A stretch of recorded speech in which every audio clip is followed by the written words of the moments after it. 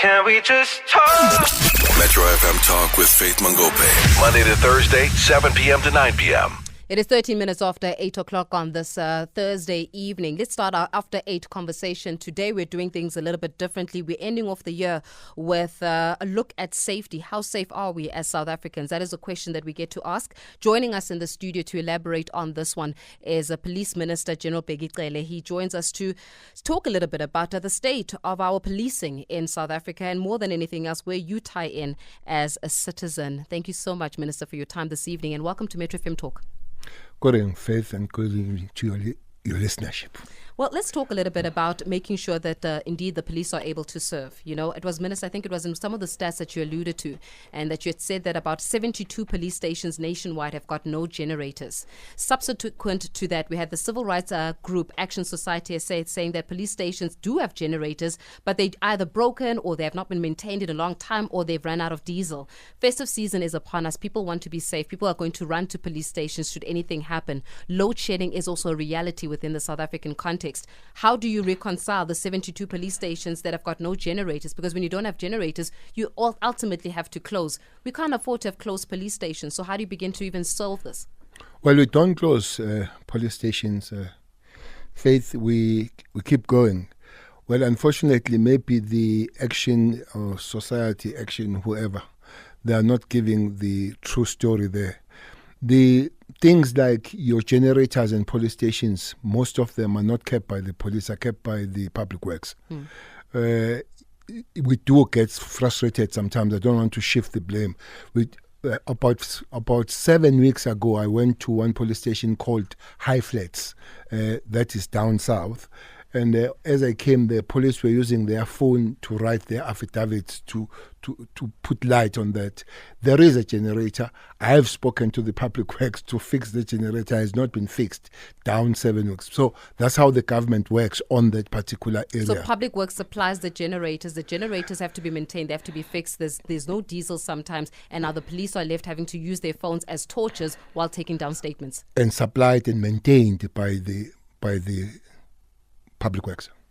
Surely then that in itself is a hazard. It's dangerous for the police because if you're in the dark, the criminals are smart enough to know that you're in the dark. If you're vulnerable, the criminals know that you're vulnerable. So never mind the safety of citizens, it's also the safety around the police. Indeed, it's safety starting with the police themselves, so that they're in the police station where they can't see. But worse, they can't help you as you come at the police station, or the systems are out. Generally, when the electricity is out, systems will be out and all that kind of thing.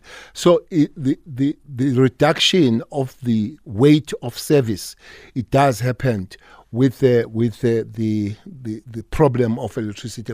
Not only that, the criminals, by the way, they know better about the schedule of load shedding more than us, and we have discovered, we have found out that there is an increase of crime during those hours. As you start and you analyze, you realize that there is a problem about load shedding, but police, they still have to work under those conditions. Well, speaking about crime and how the criminals are seemingly even knowing more than what we as civil society ought to know, perhaps even at the stake of law enforcement, 13 South African police stations were robbed between 2019 and 2021, right? Criminals making off with weapons, ammunition.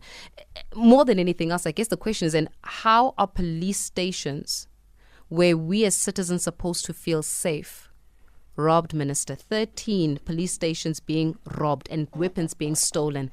That's danger in the highest form. I mean, from my perspective, it sounds even treasonous when you're going to rob law enforcement. But how are police stations being robbed? Unfortunately, there is not much fanfare when those weapons are found, Faith. Quite a big number of them have been found. But one of the major problems is the one that we're fixing now. And you know that the president was in Kimberley today, and I was in Cape Town. We're here in Tshwane tomorrow. One of the major problems is the shortage of the warm bodies to keep those stations going. In 2010, when I was working with the police as a national commissioner, we had 195,000 police in South Africa with 50 million South Africans. Today, we have 187 with 62 million. So the ratio has been really injured or whatever has happened to the ratio. So we are fixing that, because if there are no police, it's not the police station that arrests you. Police must be there. So the shift that is supposed to be maybe with 6 people will be 2 or 3 people. And when people are out patrolling an event, there is one a police officer at the station. We believe that with the fixation of the warm bodies going back to the stations, that problem will be overcome. But why were there no warm bodies before? I mean, surely we should know that South Africa, yes, though we're growing in numbers, right? Statistics we're saying that we're growing. We were at 55, and then we obviously increased to 58. We're now sitting at about 61, 62 million and so. So with the gradual growth of society, we're supposed to be have the gradual growth of law enforcement. Why has it taken us so long to be able to adapt and adjust to a growing society? Well, again, I'm not going to shifting those issues to other people, but remember, it was 5-6 years when I joined the organization, find that we have moved from 195 back to 185. So there was a problem. I don't know who told that if you need money, you cut it from the security cluster. That has been one of the worst things that has happened with the government. Maybe the administration before the present administration, there was a lot of cut, not just the police, but when it comes to soldiers themselves, when it comes to NPA and all that. Under this administration... So from 2019? Yes. Unfortunately, 2019 that was the last training of 5,000. 20 and 2021 could not because of the COVID-19. But for the first time ever, after the announcement of the president to say he wants these police to be there, last year we trained 10,000. This year we're passing 10,000. Next year it will be 10,000. Those 10,000 figures will give us 2010 figures, 195 or 2,000, not 2023. So it's a long way to walk. Why that space was allowed to happen, that is what is correcting. That's what's most important now. So basically there's an admittance that your previous colleagues or your predecessors made bad decisions. Because you wouldn't find yourselves in this situation where you have to now cover up and hire warm bodies and have to clean up if your predecessors did not make wrong decisions. They make bad decisions. It was terrible decisions to cut every budget from the security cluster. Everybody thought that can't go on without security cluster. You keep your nation very much scared, but also economy does not grow where crime thrives. So we'll have to deal with the stability. We have to deal with crime for those people to be there to be able to invest. We're speaking to the Minister of Police, Bheki Cele. He's in the studio. Do you have questions, voice notes? Let's talk. 22 minutes after 8 o'clock this evening, we're in conversation with the Minister of Police. General Bheki Cele joins us in the studio. Do you have a question? Do you have a comment? I'm going to be opening up the lines in just a moment so you get to address him on some of the issues that you are facing within your respective communities, because ultimately crime cannot be tackled if we do not know what is going on. Do you have a complaint? Were you mistreated? And the like. Let us know about it. Let us hear about it as well. Minister, you've also said in a statement that you have about more than 7,000 police officers that have been charged for various crimes in the last 5 years. That includes murder, rape, cash and transit heists and the like. 686, however, have successfully been prosecuted in court by the NPA. Now, when you've got 7,000 police officers having been charged, I commend you for spotting them so that you can charge them for catching the criminal. But it has to go back in terms of who is recruiting the criminal into the SAPS. Are you recruiting criminals into the SAPS, or do they turn into criminals while serving the people? Well, Faith, you recruit them from South Africans, which means you've got broader base of criminals in South Africa. So you're recruiting criminals? Because South Africans are criminals. Some of them are criminals, and you get them from there.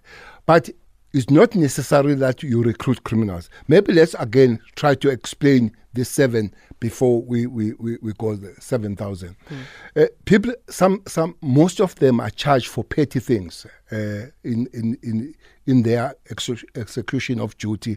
When maybe they clap you and all that, they'll still have to be charged. Some is criminal injury. They talk bad on you and all that. But there are those that are hardcore criminals, like rape. There is nothing you can do with that person, car hijack and all that. So those that are found guilty. And then you will take those people to court. And once we arrest them and we take them to court, we're out of it. We wait for the NPA, the prosecution, the magistrate to do that and all that. We do try.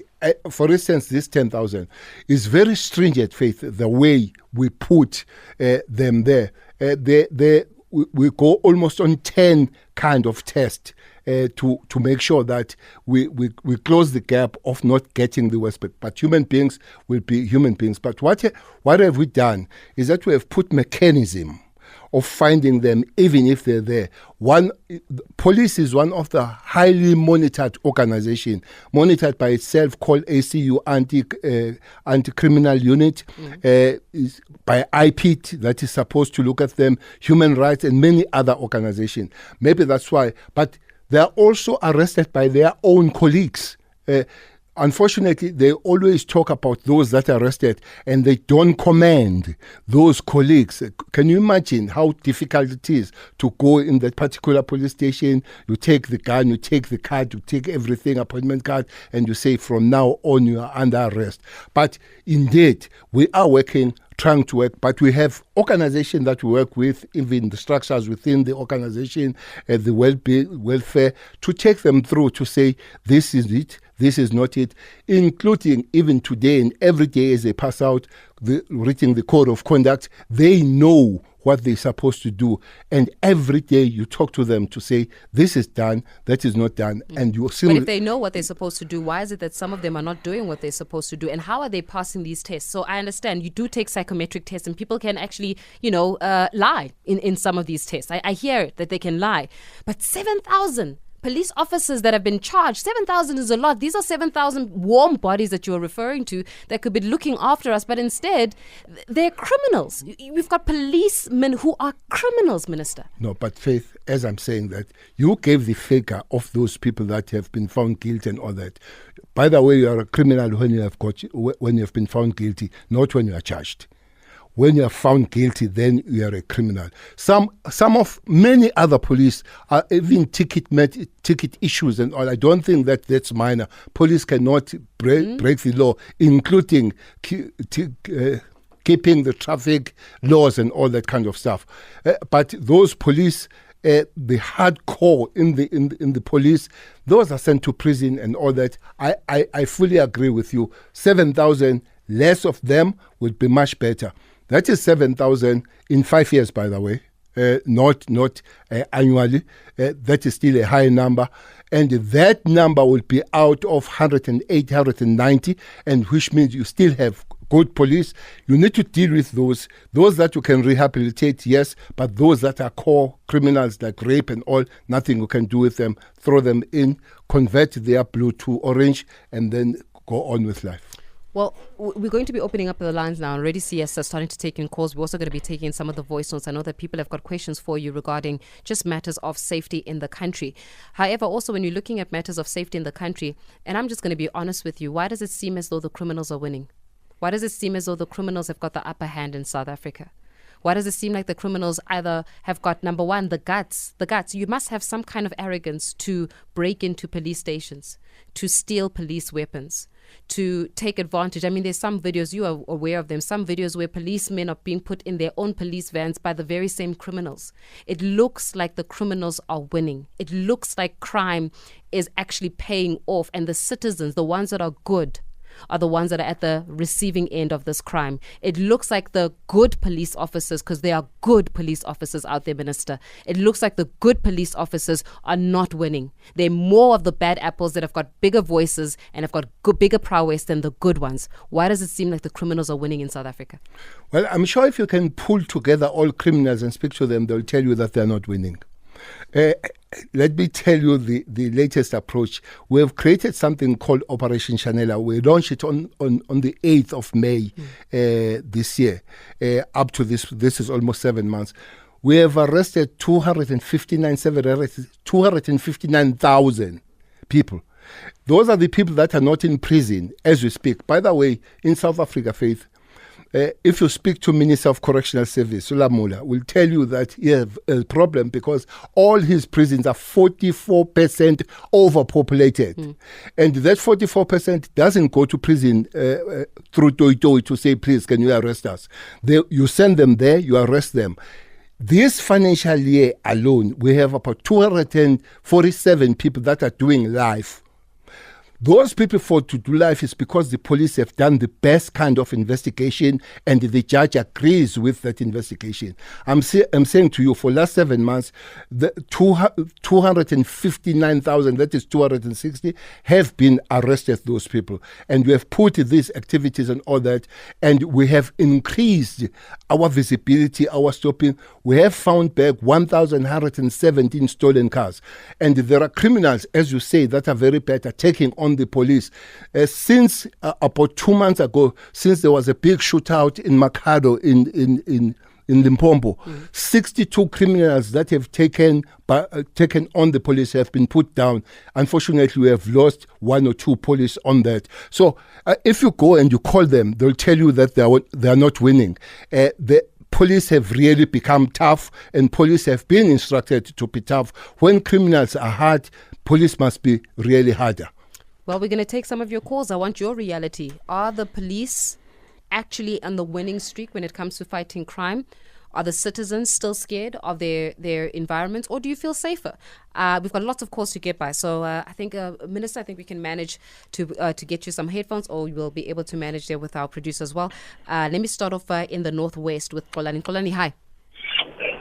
Yes, good evening, Faith. Thank you for taking my call and give it to the Minister. Yes, go ahead, Kolani.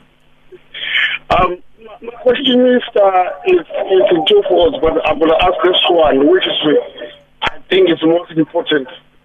The GBV. We have a scourge in our nation. It is true, and I appreciate the efforts that I do see that are trying to fight the scourge, but it looks like we're not winning. Firstly, the GBV is happening within the police department itself. You find that the police officers who are shooting their wives and killing themselves and their children. And it's happening outside in the nation. There are more cases that are reported where women... Listen, so your line is a little bit bad. I've got the gist of your conversation as well. The line is a little bit bad. I want to be able to get a clearer signal from you and get a clearer signal from all of our callers. But I got the gist of it. How are we fighting GBV? Because even in the police stations, we're seeing that we've got gender-based violence that even happens in the full view of a police officers. Kolani, I definitely hear you. Let me go to Moses in Naturena.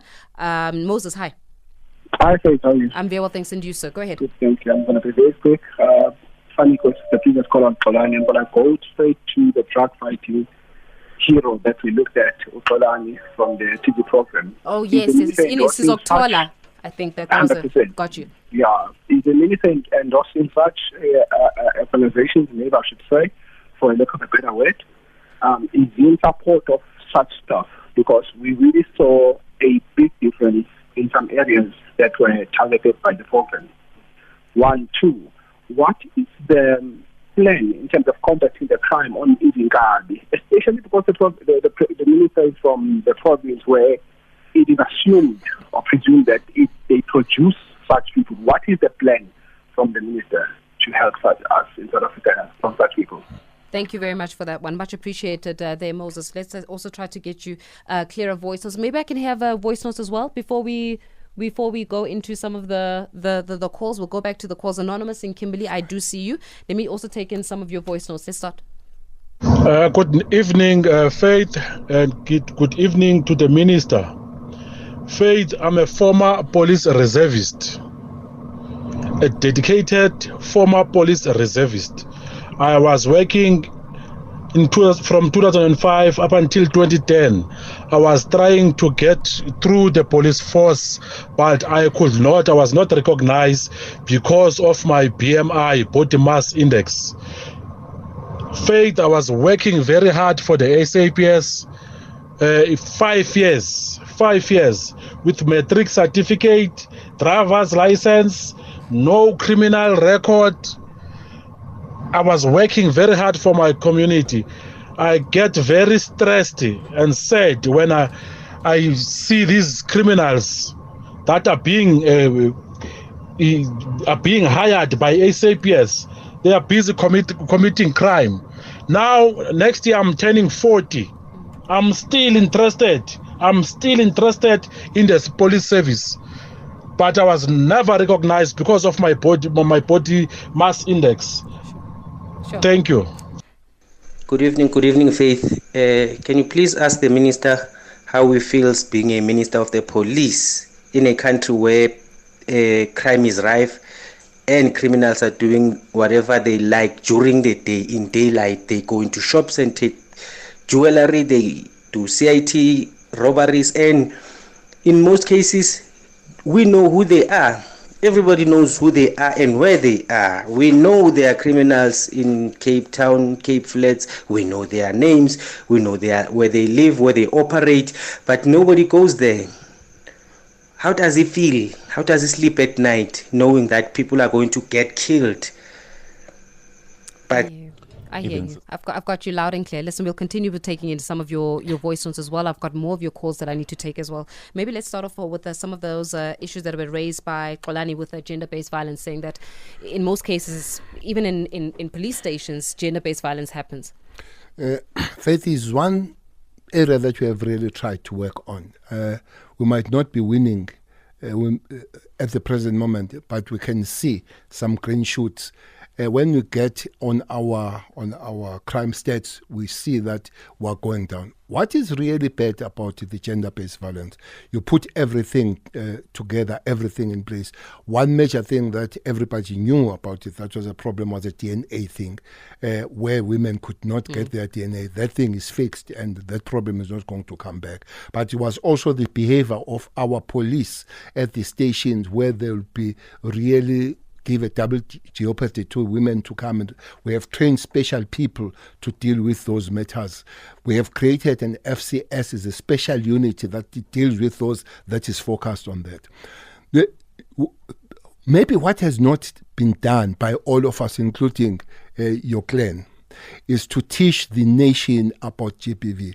When 10,000 people in 3 months are raped in South Africa, 4,900 of them, which is 50% of these 10,000, are raped in their own houses, Faith.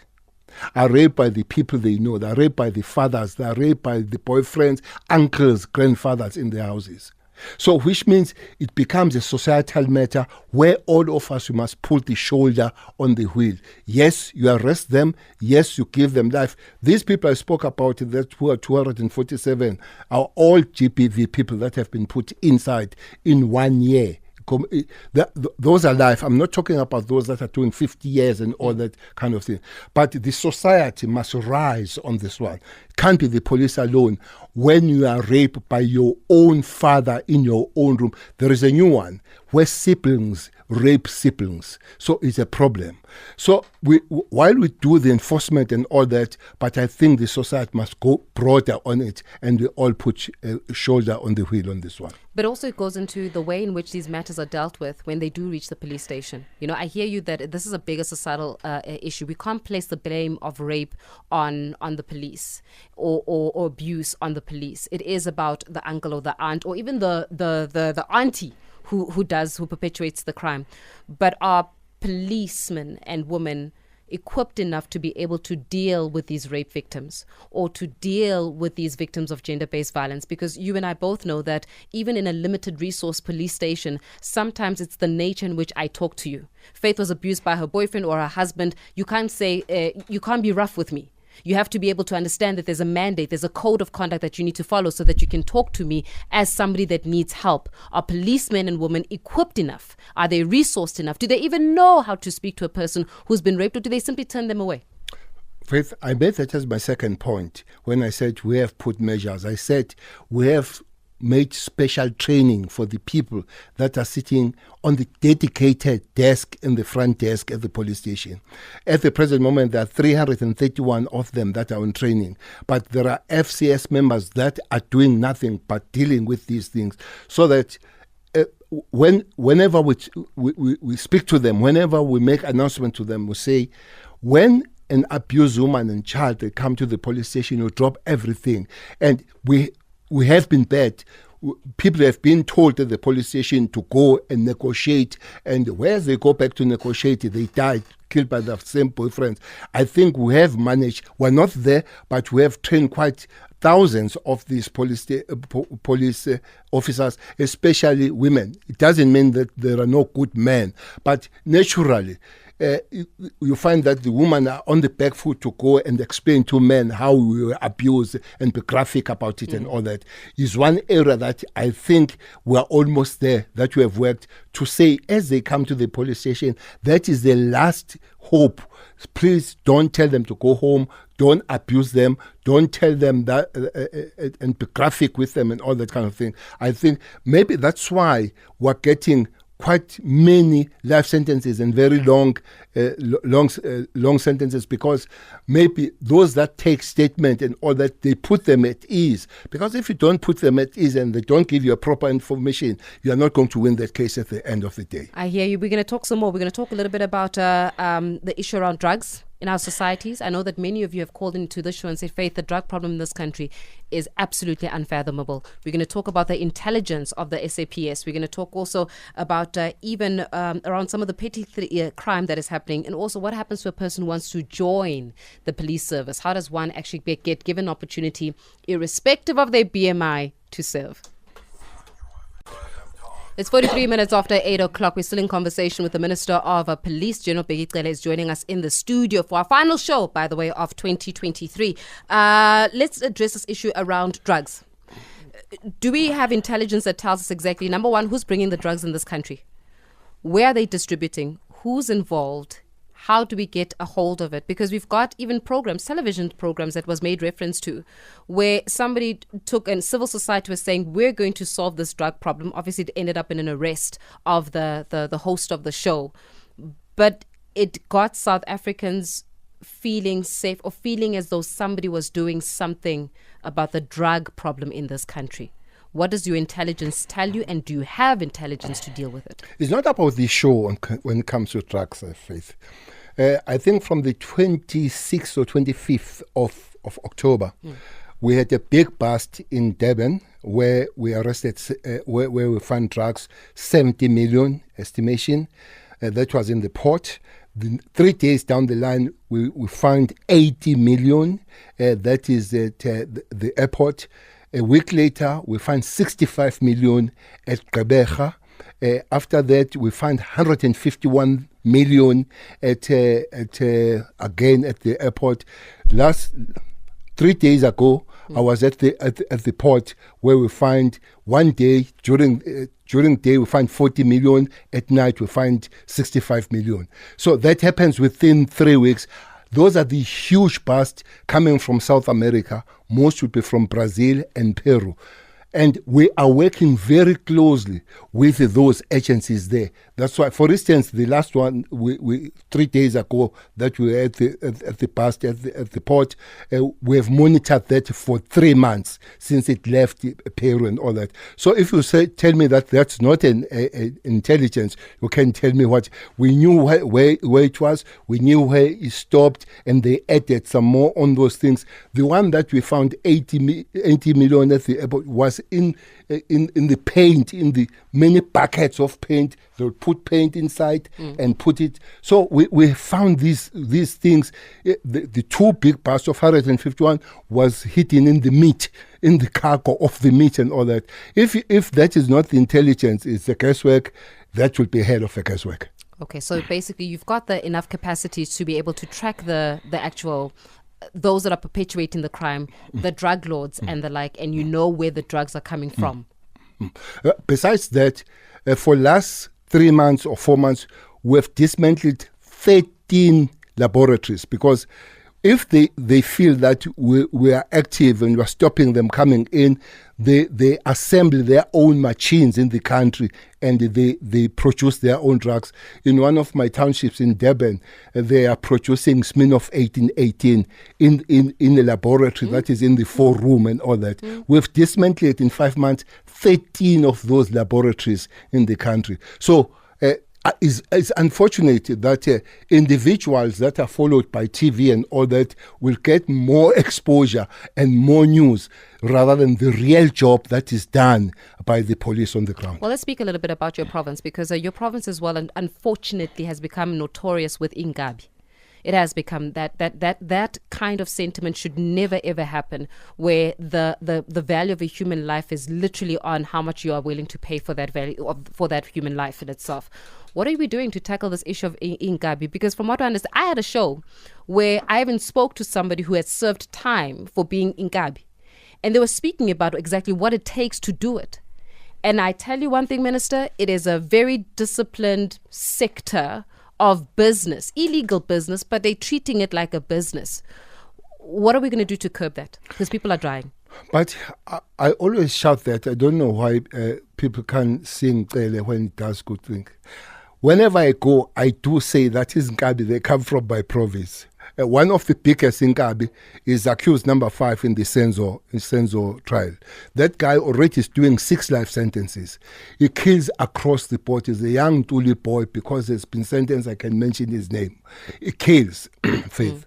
But what we have done, as you are asking, is the only province, though we're beginning to expand now, but it's a province where we created a special unit called Political Killing Unit. We have arrested 368 Faith of those people. 18 of them are doing life sentence. 38 of them are doing between 10 years and 73 years. 36 of them are doing between 1 year and 10 years. And well, some that are doing short and all that. We have expanded that team. I'm sure there's been notorious kind of matter in the university called Fortier. We have arrested there. We have gone up. We have arrested top guys there. That is a team that is specializing. Not only there, we have gone to Mpumalanga. We have gone to Limpopo. So that team has done a lot of arrests. In KZN, we have lost 52 councillors that are killed by Zinkab. By the way, they don't just kill only politicians. They kill across the board whoever pays the better money, whether it's a taxi industry, whether it's a cashiers and all that. So we have responded by putting this team, and as I say, 336 of these people have been arrested. Well, I'm going to stay in your province because there's something also significant, and it will be amiss of me if I do not ask you, has happened in your province as well, and that was the murder of AKA. How far are we in solving that matter? Well, that is really under the guide and the oversight of the provincial commissioner. He has given the report, Faith, of late, that we have found the getaway car. The gun has been found. They have found 2 people that I know for sure. Those people have been kept very safe because they know very well what happened in that particular day. But these are witnesses that have been found? Yes. Okay. Yeah, who have given the information for the police to get the gun, for the police to get the cars. Those things are in the hands of the police as we speak. We know who are chasing, and those 2 guys must be kept very safe because they know what happened on that particular day, even beyond what happened on the day about the networks that led to the unfortunate murder of AK. Was it Ingabi? Let me not get in that one, but those people, some of them were hired, and I guess once you are hired, you're in Gabi. But some of those people were close associates. That's why close associate of the deceased. Yes. So close associates of AKA were part of orchestrating the murder of AKA, according to the intelligence you've got so far. Let me end there. Let me not try that. Bring the case and try it even before it is in court. It will be okay to stop just there. But that what one has said, I think is enough for the public to understand that we are close. We have not closed our books. We are working on the matter. We're going to take more of your calls after the break. All right, 53 minutes after the hour, 8 o'clock, 7 minutes to go just before the top of the hour. Let me go back to your phone lines just to take some of your calls as well. Let me start off with Gokmamloyi. Gokmamloyi, hi. Hi, good evening, Faith. Hello, Mama. Hi, my angel. I'm very good well. evening to my honorable minister. Good evening. Mr. Bheki Cele. Good evening to you, Gok. That is a kind of a person that is not status-minded. I would like to commend you, sir, for not being that person. You know, you take out everything. When there's a high-profile crime scene, you are always there. I remember the example of one of many is the one of Scenery Park, where kids were just killed allegedly by whatever. You were there. You are always there. And I would like to commend you for being a South African citizen. You are just like, you know, sometimes you just put things away that concern your status, and you just put yourself in shoes of simple South African citizens. You know, it's a beauty. Police, they fight battles with their hands tied at the back. They do their utmost best. They do their whatever with this little resources that they have, few cars that they have, they try. Yes, there will be always one or two, you know, rotten potatoes, but our police are always there, and you know, they are poor families, they leave them behind to go and fight this criminals, this hooligans. You know, I always pray for God to always put hands on them, you know, as they go out, those poor kids, to fight for us, to protect us. You know, I wish them everything of the best during this festive season. God bless you, our minister, your management, and every policeman in this country. I thank you very much. I hear you, but my producer said you wanted to tell him something else. Where, Mamloy? I want to commend my honorable minister. Minister, an ordinary citizen, also one of them, of the many. Scenery Park. The way Nalaka as a father, it was touching to see him. I hear you. I definitely hear you, Mamloy. Thank you very much for that one. Let me go to D in Rustenburg. Hi, D. Hey, good evening. How are you? I'm very well, thanks, and you, sir. Go ahead. Good. Minister, I've got only two questions for you. Yes, Number one, I think Faith has touched on it, but I just want to reiterate on it. Will you ever enroll these players who were playing a great deal of a job, the likes of that man that was arrested who had a TV show? Will you ever enroll such people to help with their more intelligence so that the crime can be kept? Number one. Number two, I want to ask you something very, very serious. If RUSA can be so great in Durban, why don't the same way of dealing with crime can be implemented throughout the provinces, because RUSA is doing a great job? Thank you. I'll listen over the radio. Thank you very much for that one as well. Let me see if I can take one more call. Godfrey in Pretoria. Hi. Hi, Faith, and the minister. Yes, sir. Go ahead. Thank you. What I want to ask the minister is to plead with him to actually review the constitution to such extent maybe might actually bring back death sentence. The reason why I'm saying this, as a country, I think the devil is living within us, and the crime is out of hand. 78 people a day, 28,000 people a year. According to the World Bank, we're losing around 27 billion a year because of the crime.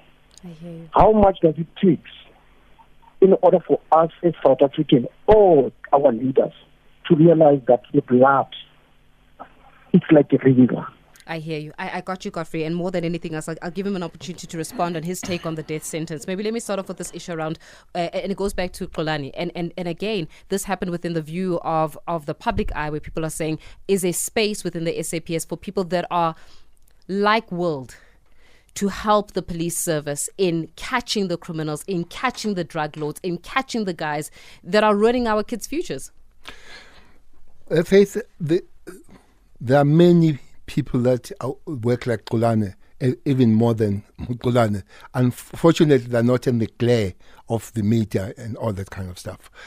There is nothing wrong working with Xolani, but the problem there is law, there is constitution. If I send you to catch a person for being alleged, will that thing stand in court? That has been one of the major problem working that particular way, that many of those cases, some of them really genuine, could not stand the test of time when it goes to court. We don't arrest people for the glare of the media. We want them to go face the law, be thrown in and all that kind of thing.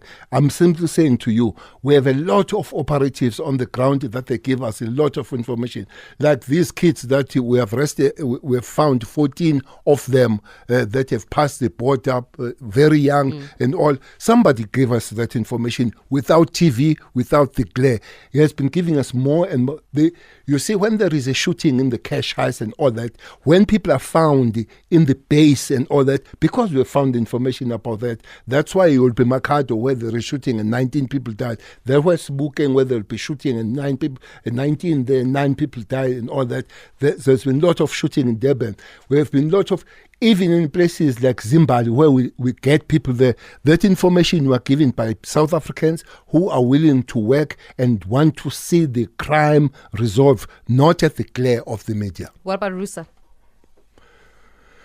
The question of Rusa and all working together is something that we are, when it works, Faith, but we don't take everything to put it on the table.